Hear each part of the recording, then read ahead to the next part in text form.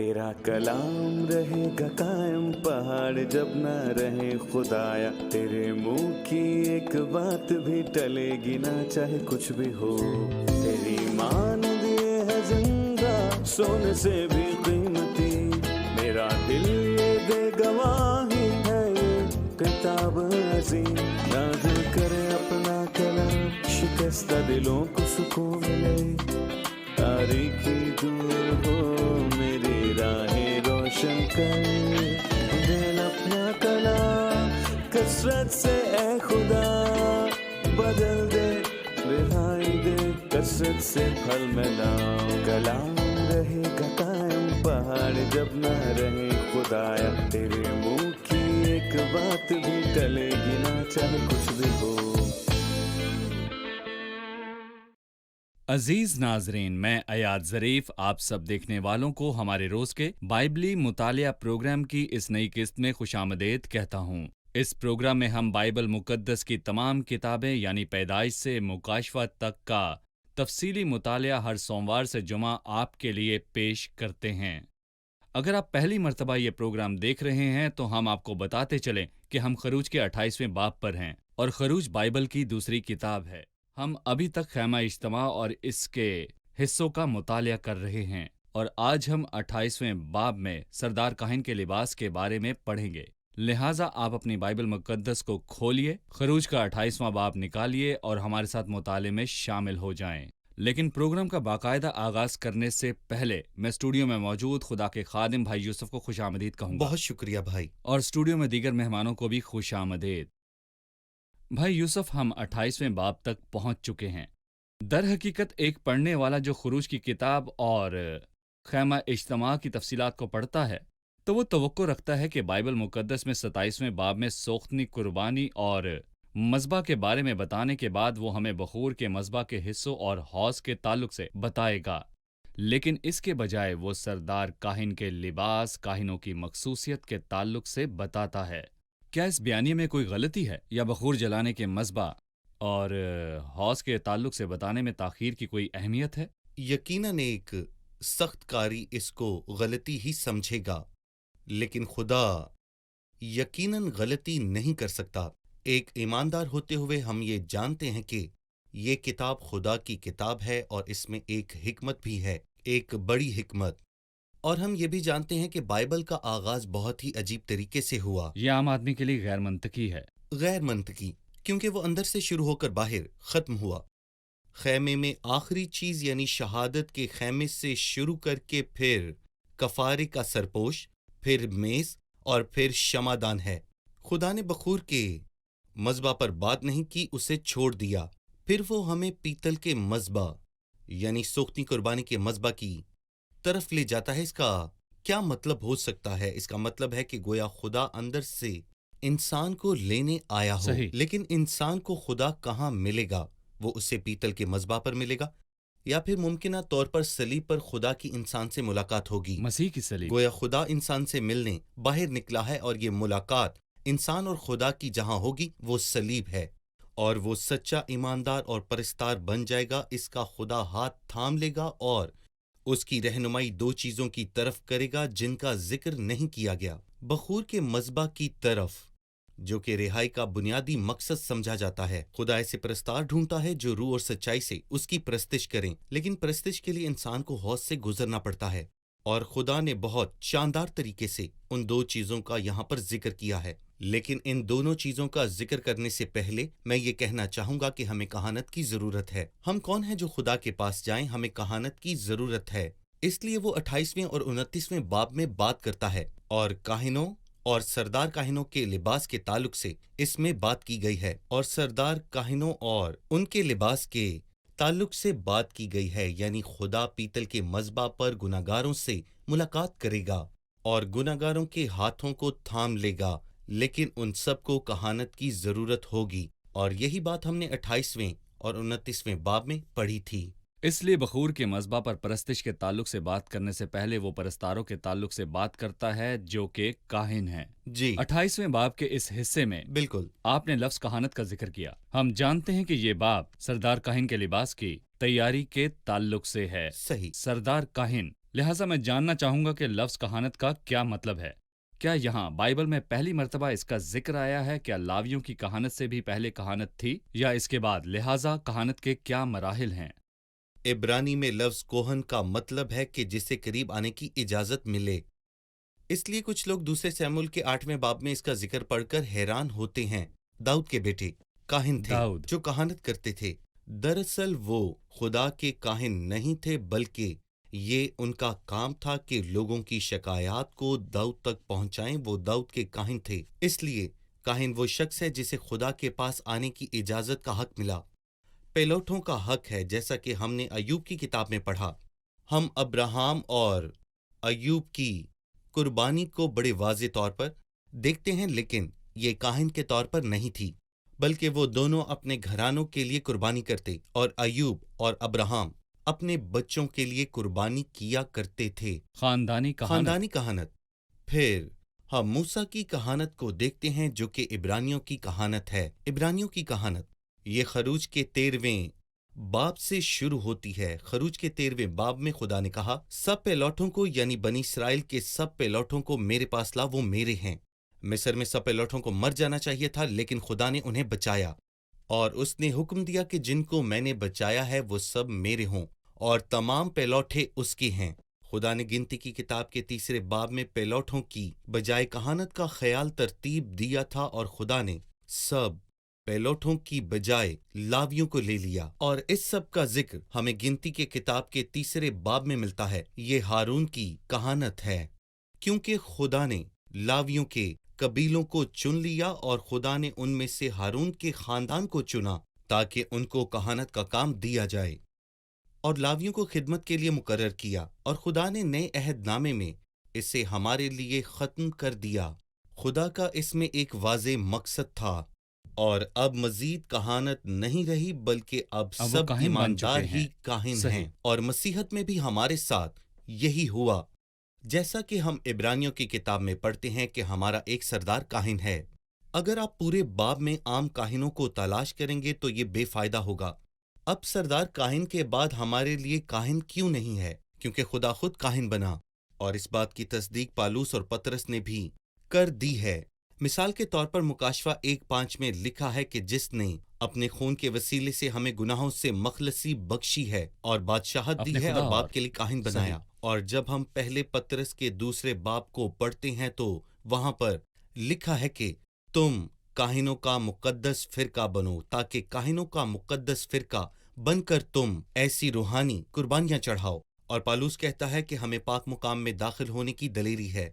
पाक मुकाम में नहीं, बल्कि जब हैकल का पर्दा फट गया हमें पाक मुकाम में दाखिल होने की दलेरी है, लेकिन जमीनी मुकामात में नहीं, बल्कि आसमानी मुकामों में जहां पर खुदा खुद है। ये कैसी एजाज की बात है। लेकिन बदकिस्मती से मसीहत ने इस सारी बातों का फायदा ना उठाया और वो सब हारून की कहानत में लौट गए। अगरचे खुदा इब्रानियों में कहता है कि जो चीजें पुरानी और मुद्दत की हो जाती हैं वो मिटने के करीब हो जाती हैं।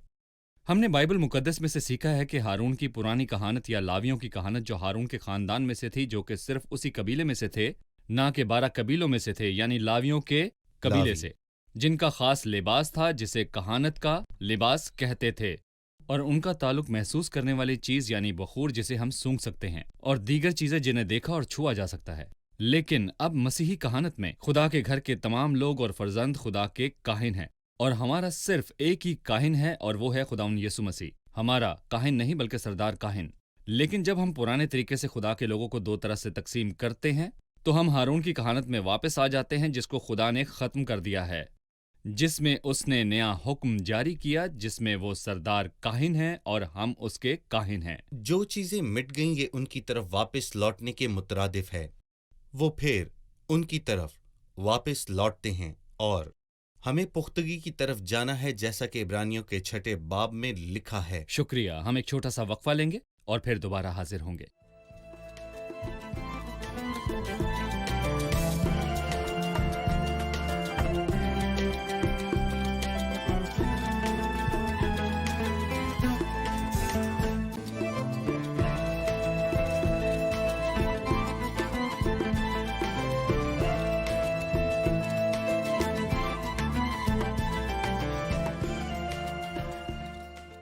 آپ ہمیں سردار کاہن کے لباس کے بارے میں کچھ بتا سکتے ہیں جس کا ذکر 28 باب میں ہے؟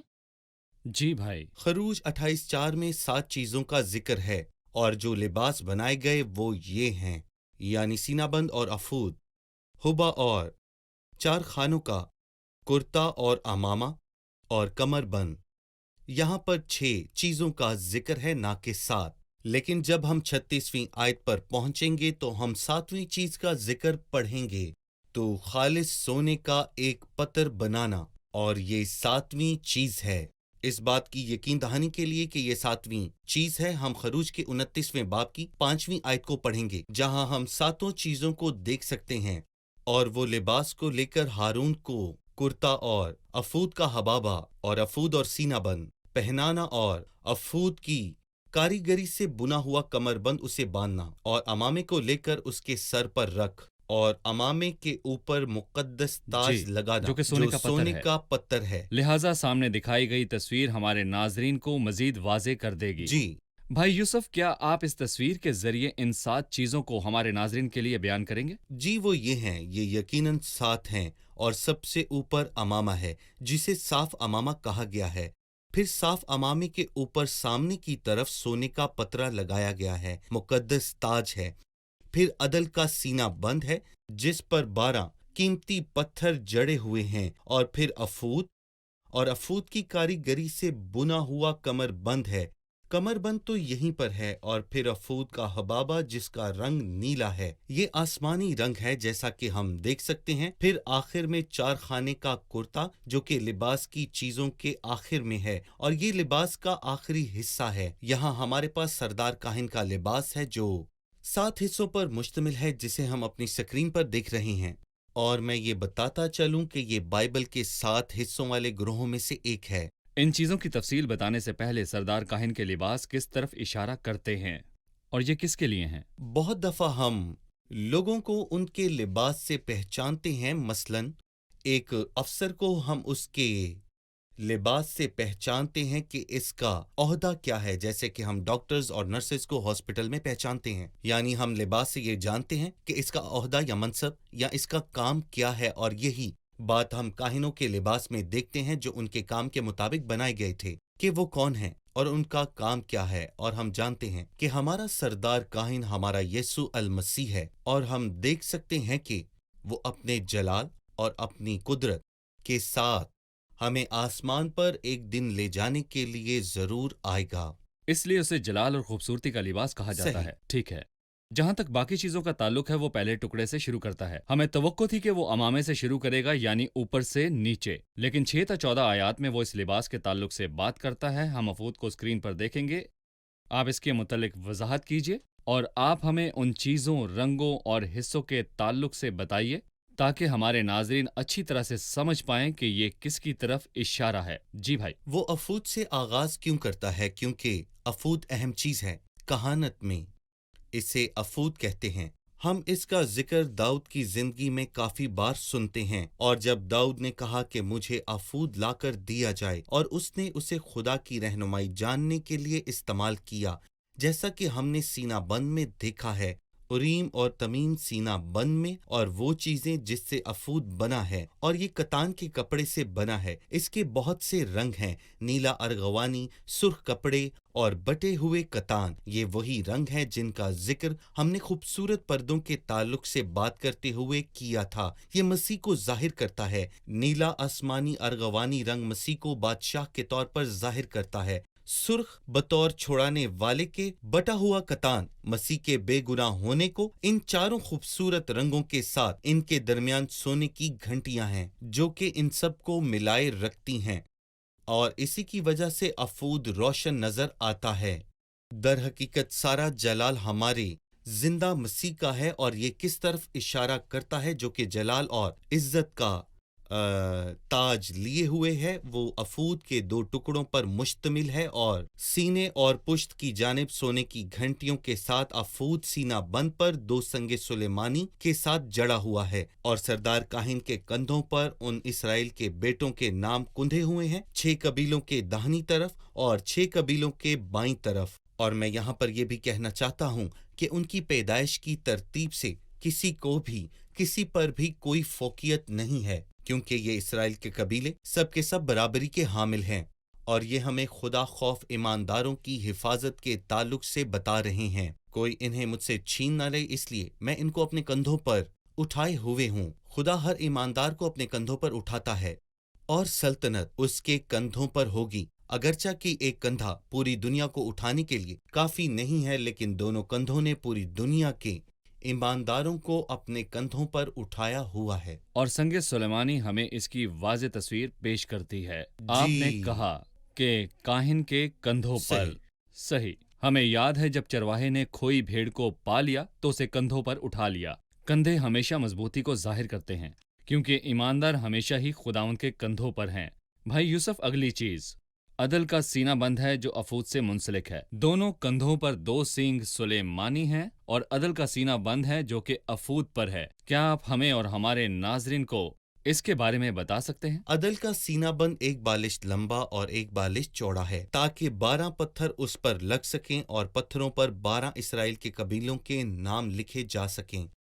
हम जानते हैं कि खुदा जो हमारा सरदार काहिन है आसमान को एक बालिश से नापता है, लेकिन मसीह की बालिश और सरदार काहिन की बालिश में फर्क है, क्योंकि उस पर ना सिर्फ इसराइल के कबीलों के नाम आ सकते हैं बल्कि तमाम ईमानदारों के नाम भी आ सकते हैं। और एक गीत में लिखा है कि आओ खड़े हो और सरदार काहिन की तारीफ करें, क्योंकि हमारे नाम उसके सीने पर लिखे हुए हैं और यही उसने हमारे साथ किया। उसने हर कबीले के नाम को खैमे के गिर्द उनके मुकाम के मुताबिक 12 पत्थरों पर कुंधा कर रखा, और ये बहुत शानदार बात है। ये नाम बस लिखे नहीं गए बल्कि कुंधा किए गए थे ताकि मिटाए ना जा सकें, और हम तमाम ईमानदारों के नाम हमारे यीशु अल मसीह नासरी के कीमती सीने पर कुंधे हुए हैं ताकि हमारे नाम मिटाए ना जा सकें। शुक्रिया। हम एक छोटा सा वक्फा लेंगे और फिर दोबारा हाजिर होंगे।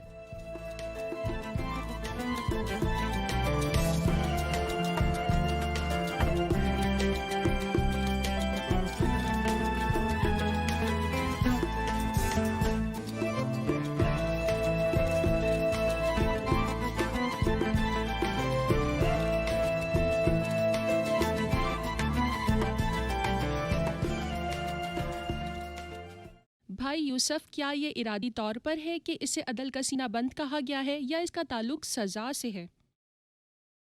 दरअसल लफ्ज अदल से यहाँ पर मुराद सजा नहीं बल्कि इम्तियाज है। मेरा मतलब है कि अगर मैं एक दोराहे पर खड़ा हूं और मुझे जानना है कि मैं ये करूं या ना करूं, और खुदा इस मामले में राजी है या नहीं, मैं किसके पास जाऊं? मैं सरदार काहिन के पास जाऊं कि नहीं?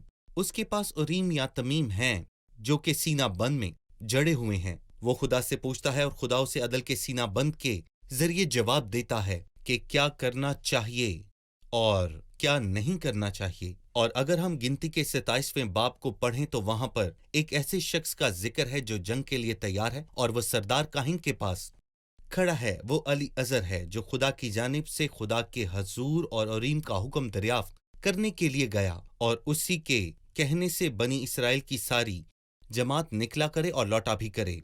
और दाऊद ने ये काम पहले सैमुएल के 3 बाब में किया। लिखा है, दाऊद ने अखीमलेक के बेटे अबीयातर काहिन से कहा कि जरा अफूद को मेरे पास यहाँ ले आ। सो अबीयातर अफूद को दाऊद के पास लाया, और दाऊद ने खुदा से पूछा, अगर मैं उस फौज का पीछा करूं तो क्या मैं उनको जानूंगा? तो उसने उनसे कहा कि पीछा कर, क्योंकि तू यकीनन उनको जानेगा। सही, बिल्कुल। 2 आयात हैं। पहली संगे सुलेमानी के बारे में है जो कि सरदार काहिन के कंधों पर हैं, और दूसरी अदल के सीना के ताल्लुक से। खरूज 28:12 में लिखा है, और दोनों पत्थरों को अफूद के दोनों मूंढों पर लगाना ताकि ये पत्थर इसराइल के बेटों की यादगारी के लिए हों, और हारून उनके नाम खुदा उनके रूबरू अपने दोनों कंधों पर यादगारी के लिए लगाए रहे। जी। फिर खरूज 30 में वो अदल के सीनाबंद के बारे में बताता है, और तू अदल के सीनाबंद में उरीम और तमीम को रखना, और जब हारून खुदावंद के हजूर जाए तो ये उसके दिल के ऊपर हों। यूं हारून बनी इसराइल के फैसले को अपने दिल के ऊपर खुदावंद के रूबरू हमेशा लिए रहेगा। दोनों सूरतों में वो खुदावंद के सामने हैं। सरदार काहिन के कंधों पर, जो नाम संगे सुलेमानी पर खुदावंद के सामने हैं। हम देखते हैं कि ये नाम हमेशा खुदावंद के सामने हैं। भाई यूसुफ, क्या आप हमें खुदावंद की नज़र में हमारी मुस्तकबिल हैसियत के ताल्लुक से बता सकते हैं? सरदार काहिन के कंधों पर और सरदार काहिन के सीनाबंद पर। हम कह सकते हैं कि ये 3 हैं। सही। और 30वीं आयत में लिखा है कि फिर हारून ने बनी इसराइल के फैसले को अपने दिल के ऊपर खुदा के रूबरू हमेशा रखा, यानी 12वीं आयत में और फिर 29वीं आयत में और फिर 30वीं आयत में 3 जगहों पर हमारे नाम और हमारे फैसले मौजूद हैं। इन तीनों गवाहियों के मुताबिक मैं ये जान पाया हूं कि खुदा ने हमें अपने दिल में जगह दे रखी है, जो हमारी कमजोरियों में हमारी मदद करता है। वो हमें अपने कंधों पर उठा लेगा और उनकी मदद करेगा। जिनकी आजमाइश होती है उसने हमारी सजा उठा ली, और इसलिए जो उसके वसीले से खुदा के पास आते हैं वो उन्हें पूरी पूरी निजात दे सकता है। यानी इब्रानियों के 2 बाब में वो उनकी मदद कर सकता है जिनकी आजमाइश होती है, और इब्रानियों के 4 बाब में हमारा ऐसा सरदार काहिन है जो हमारी कमजोरियों में हमारी मदद करता है। दूसरे लफ्जों में मैं ये कहूंगा कि वो हमारी रहनुमाई करता है कि हमें क्या करना चाहिए। सही। जबकि हम इसराइल के लोगों और कबीलों के नामों की बात कर रहे हैं जो कि अदल के सीना बंद पर हैं, हम जानते हैं कि 12 पत्थर 12 जी। कबीले हैं। लेकिन ये आम पत्थर नहीं हैं, कीमती पत्थर हैं। आगाज याकूत से और इख्तिताम ज़ब्र-ए-जद पर। ये कीमती पत्थर खुदा के ताल्लुक से क्या बताते हैं और इनका ईमानदारों से क्या ताल्लुक है? हम दोहरी तस्वीर को देख सकते हैं। पहले ये पत्थर दुनिया के मुख्तलिफ हिस्सों में से आए हैं, और ये समंदर की तह में थे या फिर कुछ पहाड़ों की चोटियों पर थे। इसलिए बतौर ईमानदार हम सब एक जगह से नहीं हैं, बल्कि मुख्तलिफ जगहों से हैं। और दूसरी बात ये कि हर ईमानदार की अपनी खूबसूरती होती है, और हर ईमानदार एक दूसरे से बिल्कुल फर्क होता है। और खुदा की नज़र में तमाम ईमानदार, मतलब खुदा तमाम ईमानदारों से मोहब्बत रखता है, और उसकी नज़र में हम सभी खूबसूरत हैं। और मैं यहाँ पर यह भी कहना चाहता हूँ कि हम सब खूबसूरत हैं, और खुदा ने जो खूबसूरती एक को दी है वो दूसरे को नहीं दी, और जो एक को अता किया है वो दूसरे को नहीं दिया। हमें ये बात सीखनी है कि हम फख्र ना करें, क्योंकि खुदा हम सबको फर्क तरीके से देखता है, और हमें अपने खुदा का शुक्रिया अदा करना चाहिए। सही। भाई यूसुफ, अगली चीज 31वीं आयत से लेकर 35वीं आयत तक बताई गई है। इसमें अफूद के जुब्बा के ताल्लुक से बताया गया है। मैं चाहूंगा कि सामने दिखाई गई तस्वीर में आप हमारे नाजरीन को इसके ताल्लुक से बताइए। ये तस्वीर अफूद के जुब्बे को दिखाती है, जो कि नीले रंग का है। जैसा कि हम 31वीं आयत में पढ़ते हैं, ये नीली क्यों है? क्योंकि यीशु सरदार काहिन है जो आसमानों से गुजर गया, और जब हम परस्तिश करते हैं तो हम आसमान के एक मुकाम में परस्तिश करते हैं, ना कि जमीनी मुकाम में। और फिर वो कहता है कि वो फट नहीं सकता। जबकि सरदार काहिन ने मसीह के मुकदमे के वक्त अपने कपड़े फाड़ लिए, तो उसने अपनी कहानत का खात्मा कर लिया, क्योंकि काहिन को अपने कपड़े फाड़ने की इजाजत बिल्कुल भी नहीं थी, और उसने अपने कपड़े उस वक्त फाड़ लिए। और जब हम अहबार के 21वें बाब को पढ़ते हैं, फिर वो हमें बताता है कि अफूद के जुब्बे के घेरे में घंटियां और अनार हैं। घंटी और अनार, इसका मतलब क्या है? घंटियां और अनार की तादाद बराबर है। ये अनार क्या है? अनार फलदार होने की तरफ एक वाज़े इशारा है, क्योंकि इस फल में बहुत ज्यादा बीज होते हैं जो कि बाकसरत पाए जाते हैं, और अनार को शरीयत में एक वाज़े अहमियत हासिल है जो फल के ताल्लुक से बताता है। और घंटियां हमें गवाही के ताल्लुक से बताती हैं। हम सीखते हैं कि हमारे काम हमारे अल्फाज के मुताबिक होने चाहिए। सब बराबर हैं। एक घंटी एक अनार, एक घंटी एक अनार, और फिर इनकी आवाज जब वो पाक मुकाम में दाखिल होता और बाहर आता है, ये मसीह की तरफ इशारा है जब वो पाक मुकाम में दाखिल हुआ। जैसे इमाल के 2 बाब में आसमान की आवाज आई, और जब वो पाक मुकाम से बाहर आता है तो वो दोबारा उस पर अपना पाक रूह उंडेलेगा और बड़ी आवाज के साथ आएगा, जिसे पूरी दुनिया सुन पाएगी। खुदा का कलाम किस कदर शानदार है, और अलामती और दुरुस्तगी हमेशा उसमें है। आपने कहा है कि घंटी और अनार लफ्जी गवाही को और फल को जाहिर करते हैं मसीह की जिंदगी में, और जी। घंटी उसके अल्फाज को जाहिर करती है, और अनार उसकी जिंदगी को और उसके काम को जाहिर करता है। बिल्कुल। जैसा कि आयत में लिखा है कि जो यीशु शुरू से करता रहा और सिखाता रहा। اور یہ خطرناک ہے جب ایماندار میں گھنٹیاں انار سے زیادہ ہو جائیں، جس کا مطلب ہے کہ عمل سے زیادہ الفاظ ہیں۔ یسوع نے ہمیں بالکل بھی نہیں سکھایا، بلکہ وہ یہ کہتا ہے کہ ہمارے الفاظ ہمارے عمل کے مطابق ہونے چاہیے، جو خدا کو بہت زیادہ پسند ہے۔ اور یسوع شروع میں یہی بات کرتا اور سکھاتا رہا۔ اس نے وہ کبھی بھی نہیں سکھایا جس پر اس نے خود عمل نہ کیا ہو، یعنی کہ اس نے اپنے دشمنوں سے پیار کیا، جو کہ سچ میں بہت مشکل ہے۔ اس نے اپنے دشمنوں کے لیے محبت کا اظہار کیا، بلکہ اس نے اپنے قتل کرنے والے کے لیے دعا کی کہ اے باپ تو ان کو معاف کر، یہ نہیں جانتے کیا کرتے ہیں۔ ٹھیک ہے، شکریہ۔ ہمارے پروگرام کا وقت ختم ہوا چاہتا ہے۔ اب ہم مہمانوں سے رائے جانیں گے۔ آج کے پروگرام سے آپ نے کیا سیکھا؟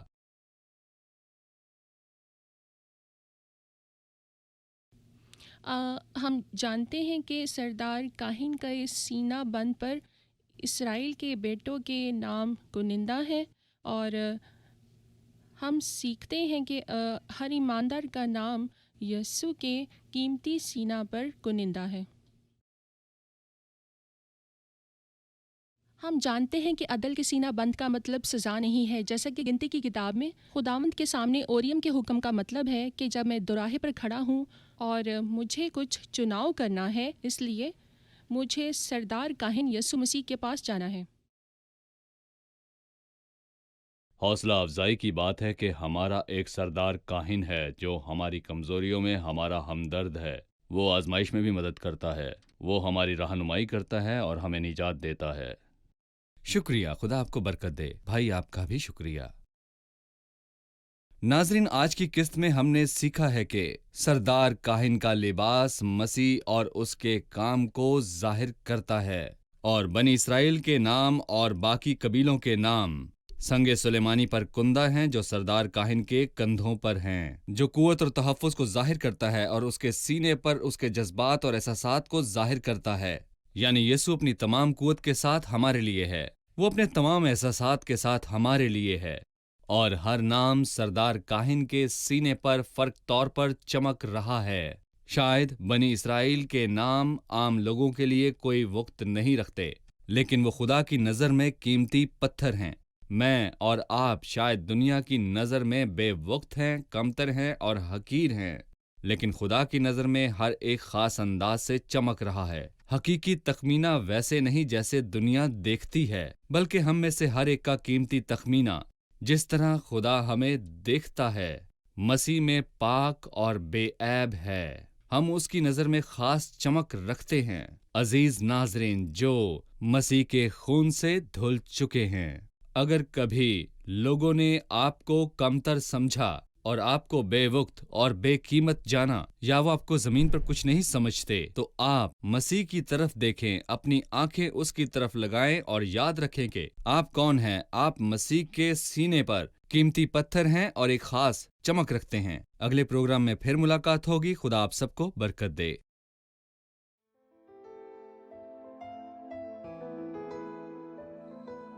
تیرا کلام رہے گا قائم، پہاڑ جب نہ رہے خدایا، تیرے منہ کی ایک بات بھی ٹلے گی نہ، چاہے کچھ بھی ہو۔